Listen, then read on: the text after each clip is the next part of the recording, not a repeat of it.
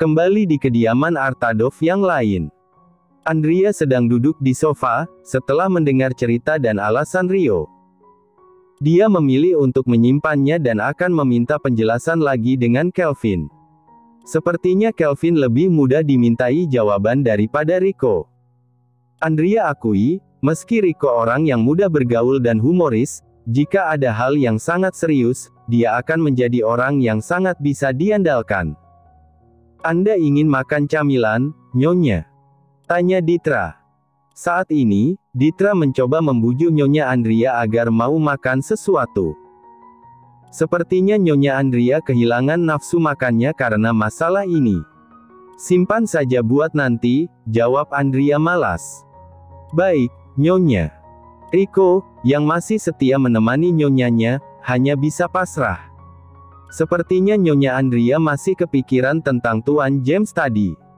Rico mendapat kabar dari Kelvin kalau tuannya kemungkinan pulang malam ini. Namun, dia tidak ingin memberitahu Nyonyanya. Jika Rico beritahu, bisa-bisa Nyonya Andrea punya ide gila yang mempertaruhkan nyawanya yang berharga ini. Nyonya, Anda tenang saja. Ketika nanti wanita itu datang, saya sudah siap menjebloskannya ke penjara. Andrea berdehem mengiyakan, karena sebenarnya dia enggan membalas ucapan Rico. Lebih tepatnya, dia benar-benar merasa malas karena masih kesal dengan pria itu. Nyonya, Anda baik-baik saja. Pak Ernest kembali mendekat untuk melihat langsung kondisi Nyonyanya. Tentu, balas Andrea.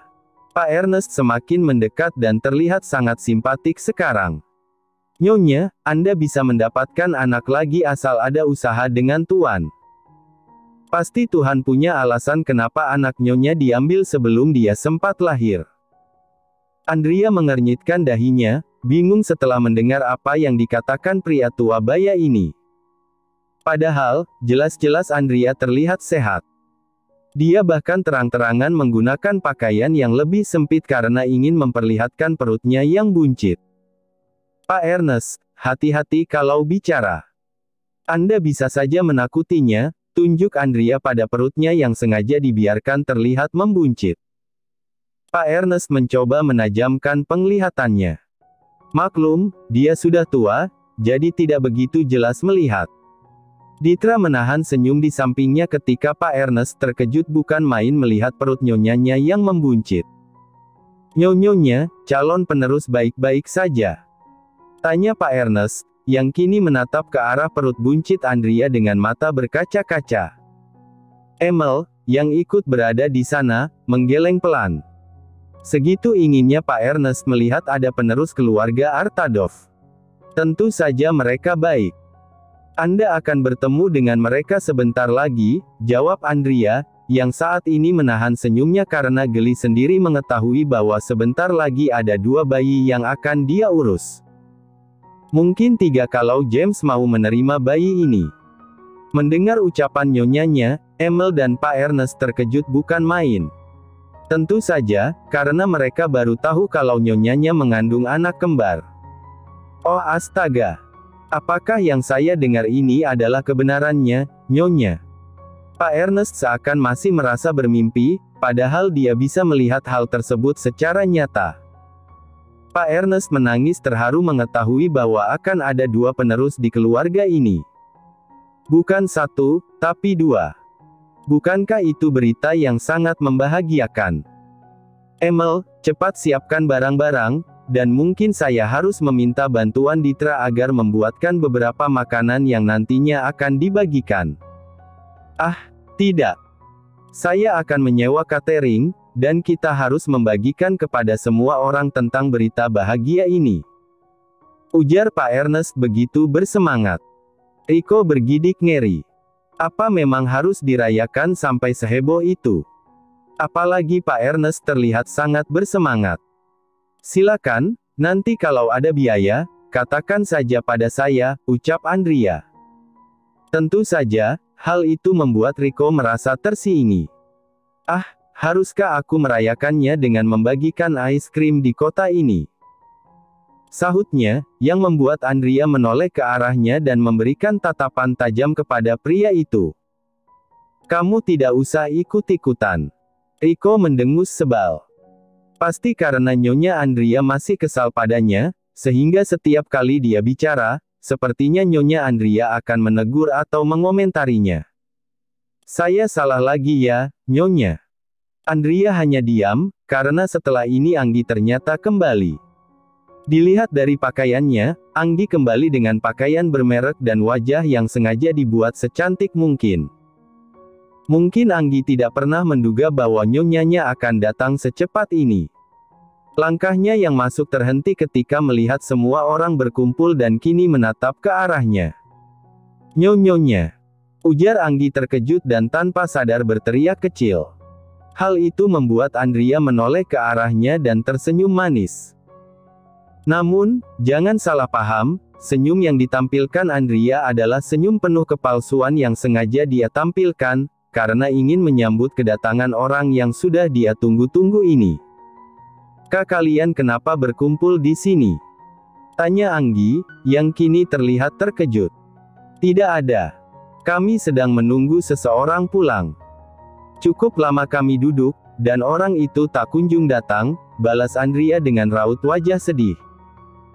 Sementara itu, Pak Ernest, yang tidak diajak briefing lebih dulu, malah bertanya penasaran. "Siapa yang sedang Anda tunggu? Cepat katakan, Nyonya, saya bisa mencarinya dengan segera." Emil melirik ke arah papanya dan meminta papanya untuk diam. "Memangnya ada apa ini?" tanya Pak Ernest kebingungan. Andrea menghela napas jengah. "Anggi, sekarang aku minta padamu jujur," ucap Andrea, yang mengabaikan ucapan Pak Ernest. Bahkan, Emil sudah siap sedia menyeret papanya kalau dia masih banyak bertanya. Ditra kini melipat kedua tangannya di dada dan memberikan tatapan sengit ke arah Anggi. Maksud Nyonya apa? Saya sungguh tidak mengerti," ucap Anggi, yang kini tertunduk gemetar. Apalagi ketika tatapannya bersinggungan dengan tatapan Tuan Riko. Pria itu terlihat sangat menyeramkan dan seakan ingin segera menyiksanya hidup-hidup. "Jangan berdalih, karena aku tahu semuanya." "Tahu apa, Nyonya?" Pria tua ini tidak tahu apapun tentang masalah ini. "Katakan pada saya, sebenarnya apa yang terjadi dengan Anggi?" Andrea menoleh ke arah pria tua baya itu. "Tolong tunggu sebentar ya, Pak, simpan saja rasa penasarannya." Pak Ernest segera menutup mulutnya rapat-rapat karena Nyonya sudah memerintahkan dirinya untuk tidak penasaran dulu. "Saya tidak mengerti maksud Nyonya, sungguh." Tony. Satu nama yang membuat tubuh Anggi bergetar hebat. Wajahnya mendadak pucat setelah Tuan Riko mengatakan nama seseorang yang sangat spesial untuknya. "Saya sangat yakin kalau sebenarnya kamu tidak mungkin tidak mengetahui nama orang yang disebut oleh Riko tadi, bukan?" tanya Andrea, yang kini menatap Anggi seraya menarik kedua sudut bibirnya ke atas.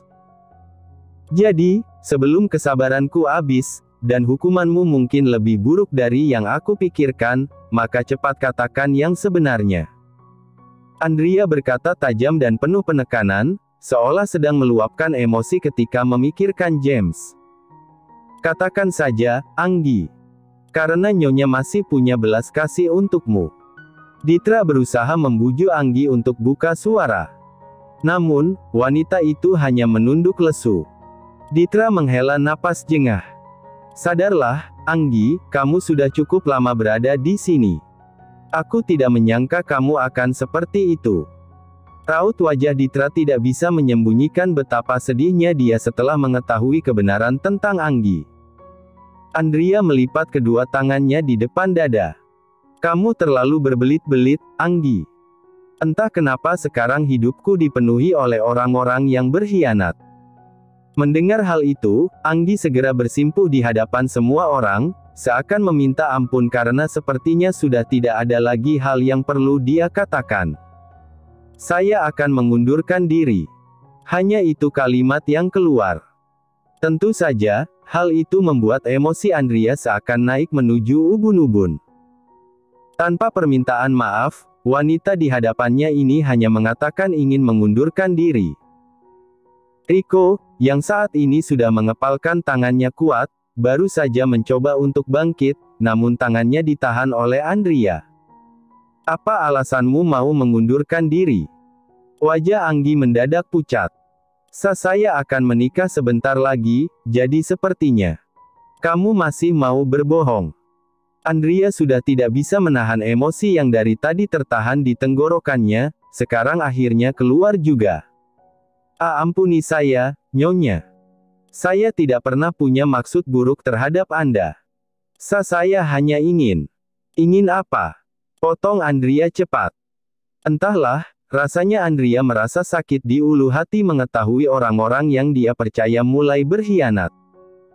Hal itu membuat Andrea, yang tadinya duduk, sekarang berdiri sembari memegang pinggangnya. Oh ya Tuhan. Aku tidak tahu lagi harus berkata apa. Dari kemarin aku terus saja dikhianati oleh orang terdekatku. Mereka semua hanya bisa menunduk. Rico, yang baru pertama kali mendengar nyonyanya semarah dan sefrustrasi itu ketika dihadapkan dengan masalah, juga ikut terdiam. Padahal, nyonyanya adalah orang yang sangat cermat dan manipulatif ketika dihadapkan dengan lawan. Tapi, seperti kata beliau, bisa saja hal itu terjadi karena dia sudah beberapa kali dikhianati oleh orang terdekatnya, sehingga sekarang berada di titik jenuh atau frustasi. Nyonya, tolong tenang, Anda harus memikirkan anak Nyonya, ucap Ditra yang panik karena melihat nyonyanya mondar-mandir sembari menyentuh rambutnya frustasi. Mendengar hal itu, Anggi menoleh dengan terkejut. Dia yang tadinya menunduk kini mendonggak dan memperhatikan tubuh nyonyanya. Tidak disangka kalau perut Nyonya Andrea sudah terlihat besar. Andrea, yang melihat reaksi Anggi ketika mengetahui dia masih hamil, menarik kedua sudut bibirnya tipis. Kaget ya? Kamu pasti akan melaporkan hal ini kepada orang yang kamu cintai itu. Silakan laporkan saja, aku sudah tidak takut. Tapi, sebelum kamu melaporkannya, akan kupastikan kamu tidak bisa bicara, tekan Andrea, yang kini menatap tajam ke arah Anggi. Dia tidak bisa melupakan begitu saja saat Anggi mengatakan, aku bahkan belum memasukkan apapun. Jadi, saat Andrea lengah, wanita itu mungkin saja akan membuatnya kehilangan dua calon buah hatinya. Dulu, dia mendengar Riley berencana membunuhnya. Sekarang, justru dia mendengar langsung orang yang ingin membunuh buah hatinya. Dunia memang diisi oleh orang-orang kejam. Anggi, sebenarnya apa salah saya padamu? Tidak, apa sebenarnya salah calon bayi saya kepadamu? Kenapa kamu punya niat untuk membunuhnya bahkan sebelum dia lahir? Mereka semua terdiam, karena sekarang Andrea terdengar frustasi. Percayalah, Andrea tidak akan sefrustasi ini kalau hal itu tidak menyangkut anak-anaknya yang bahkan belum lahir. Nyonya, saya mohon Anda tenang. Pinta Ditra, yang entah kenapa ikut sedih mendengar ucapan Andrea yang penuh dengan kebenaran. Anggi terlihat panik sekaligus merasa bersalah.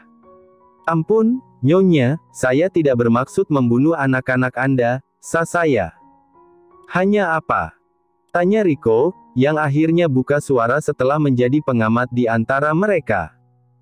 Ditra, tolong bawa Nyonya ke kamar. Sepertinya wanita ini harus saya bereskan sendiri supaya dia mau bicara, ujar Rico, yang terdengar begitu dingin dan kejam sekarang. Sementara Emil dan Pak Ernest belum berani mengatakan apapun. Padahal, tadi Pak Ernest sudah berencana membantu Anggi, namun setelah mendengar apa yang dia akan lakukan kepada Nyonya Andrea, membuatnya kembali berpikir ulang. Tidak, Rico, biarkan aku yang menanganinya. Wanita itu menghela napasnya sejenak, kemudian menatap sendu ke arah Anggi. Mungkin bagimu, nyawa tidak berharga sehingga kamu bisa dengan mudah berpikir untuk mencelakai seseorang. Nyonya, saya tidak pernah punya niat untuk mencelakai Anda.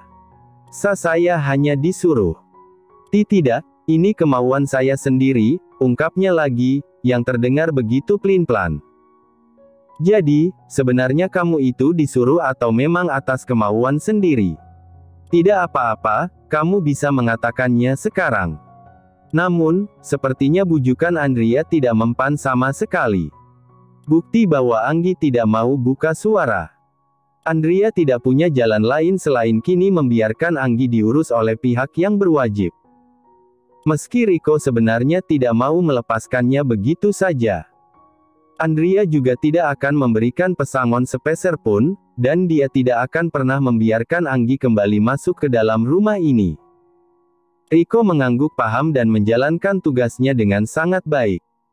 Walaupun, sebenarnya tanpa Andrea ketahui, sekarang Rico punya hukuman lain untuk Anggi. Setelah Rico dan beberapa anak buahnya datang, mereka membawa Anggi pergi dengan segera. Meskipun sebenarnya sekarang Anggi pasrah, sampai kapanpun dia tidak akan membuka suara dan membiarkan pria yang dia cintai tenang tanpa gangguan. Cinta itu memang buta ya, Nyonya. Saya tidak menyangka kalau Anggi akan mempertahankan cintanya alih-alih membongkar semuanya dan Anda maafkan, ujar Ditra. Mendengar ucapan polos Ditra, Andrea menarik kedua sudut bibirnya ke atas. Yah, begitulah cinta. Terkadang ada yang harus dikorbankan. Pak Ernest sebenarnya kasihan pada Anggi. Namun, dia tidak bisa berbuat banyak, karena Anggi pun salah. Setelah mendengar ceritanya secara ringkas dari Emil, barulah Pak Ernest merasa Anggi memang pantas mendapatkannya. Nyonya, Anda mau beristirahat? Tanya Ditra khawatir. Andrea menggeleng lemah. Dari tadi pagi sepertinya aku marah-marah terus. Aku butuh makanan manis, kamu bisa pesan dari toko langgananku, ucapnya, yang kini kembali duduk dan menyentuh perut yang terlihat sedikit membuncit. Buncitnya tidak terlalu besar, masih bisa mengelabui orang ketika Andrea memakai pakaian kebesaran. Apalagi badannya tidak terlalu berisi, cukup kurus tapi tidak terlalu kurus, sehingga ketika dia hamil 4 bulan, kelihatannya seperti 3 bulan. Mana hamil anak kembar, tapi percayalah saat Andrea melihatnya secara polos, dia bisa mengatakan bahwa perutnya memang buncit. Memang ada kondisi dari beberapa ibu tentang kehamilan yang tidak terlalu tampak. Untungnya, Andrea bisa langsung cepat mencari tahu, karena dia was-was juga saat banyak yang tidak menyadari bahwa Andrea sedang hamil sekarang. Belum ada sejam, kabar tentang mata-mata yang dikirim oleh Kalia justru terdengar gagal. Wanita itu dengan segera diketahui identitasnya dan kini telah dibereskan oleh salah satu orang kepercayaan James. Sial! Wanita parubaya itu menggeram marah. Tidak disangka, begitu banyak usaha yang dia lakukan malah menjadi sia-sia seperti ini. Darahnya mendidih begitu tahu kalau orang yang dikirim oleh Tony adalah masa lalu pria itu. Entah kenapa, ketika mendengarnya, Kalia sangat marah. Dasar bodoh. Masa mengurus masalah ini saja kamu tidak bisa? Tony hanya diam mendengarkan cacian yang keluar dari bibir Nyonya Kalia. Dia menggakui kalau Nyonya muda adalah orang yang cukup cepat menyadari bahwa ada yang tidak beres dengan kediaman mereka. Nyonya, Anda tenang saja. Wanita itu tidak akan pernah berani buka suara tentang kita. Kalia berdeci pelan. Apa karena dia wanita yang dulu sempat mau dijodohkan denganmu? Tanya Kalia sinis.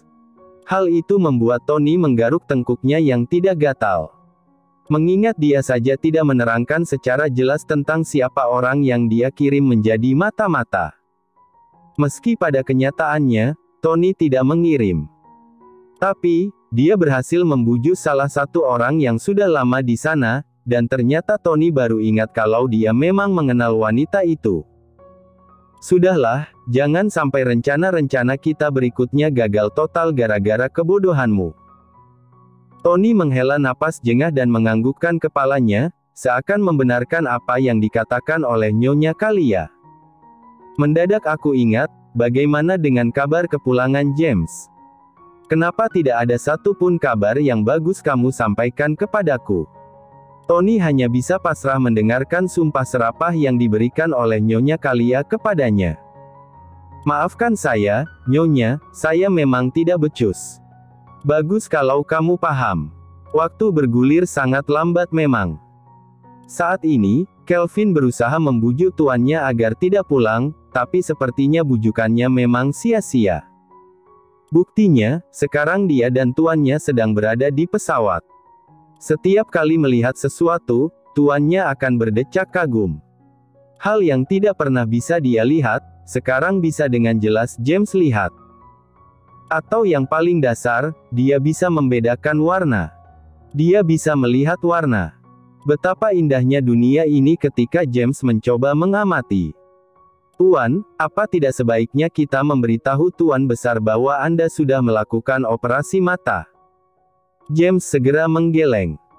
Dia tidak akan pernah membiarkan orang-orang di sana, kecuali orang terdekatnya, tahu. Sehingga, ketika pulang pun, dia masih tetap mengenakan kacamata hitam.